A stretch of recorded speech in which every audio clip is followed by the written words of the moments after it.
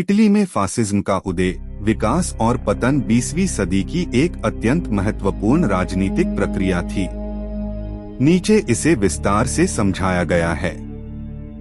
Fascism एक प्रकार की राजनीतिक विचारधारा है जो पूर्ण तानाशाही, राष्ट्रवाद, सैन्यवाद और लोकतंत्र विरोध पर आधारित होती है।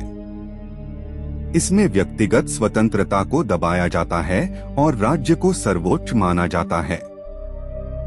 यह विचारधारा यह मानती है कि राष्ट्र की एकता, शक्ति और गौरव के लिए एक मजबूत नेता और सख्त नियंत्रण जरूरी है।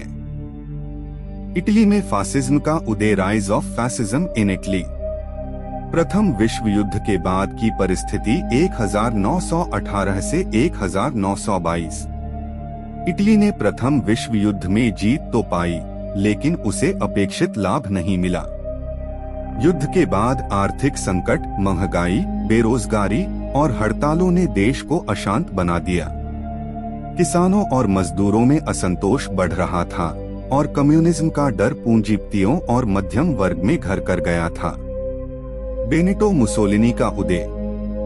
बेनिटो मुसोलिनी, जो पहले एक समाजवादी था, ने 1919 में लड़ाकू गुट नाम से एक संगठन बनाया। यह संगठन 1921 में नेशनल फैसिस्ट पार्टी में बदल गया।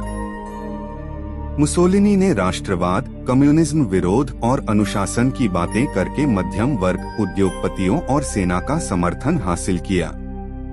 फासिस्ट शासन की स्थापना, establishment of fascist rule. Rome march, march on Rome 1922। अक्टूबर 1922 में मुसोलिनी ने हजारों फासिस्ट समर्थकों के साथ रोम मार्च किया। सरकार डरी और राजा विक्टर इमैनुएल III ने मुसोलिनी को प्रधानमंत्री नियुक्त कर दिया। तानाशाही की स्थापना। 1925 तक मुसोलिनी ने धीरे धीरे लोकतंत्र की संस्थाओं को खत्म कर दिया और एकदलीय तानाशाही कायम की।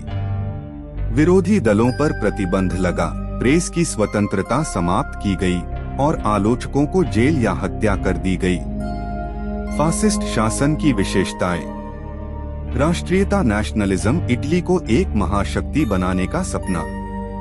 तानाशाही शासन, एक नेता, एक पार्टी, कोई विरोध नहीं।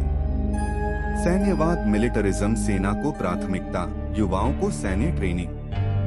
राज्य सर्वोपरि, व्यक्ति नहीं, राष्ट्र महत्वपूर्ण है। प्रोपेगेंडा और प्रचार, मीडिया और शिक्षा का उपयोग जनता को प्रभावित करने के लिए। श्रमिकों और उद्योगों पर राज्य का नियंत्रण, लेकिन समाजवाद का विरोध। द्वितीय विश्व युद्ध और पतन। 1939 में मुसोलिनी ने जर्मनी के हिटलर से हाथ मिला लिया और द्वितीय विश्व युद्ध में उतर गया। इटली को युद्ध में भारी नुकसान हुआ। 1943 में मुसोलिनी को हटाकर गिरफ्तार किया गया, लेकिन जर्मनों ने छुड़ा लिया और उत्तरी इटली में एक कठपुतली सरकार बनाई।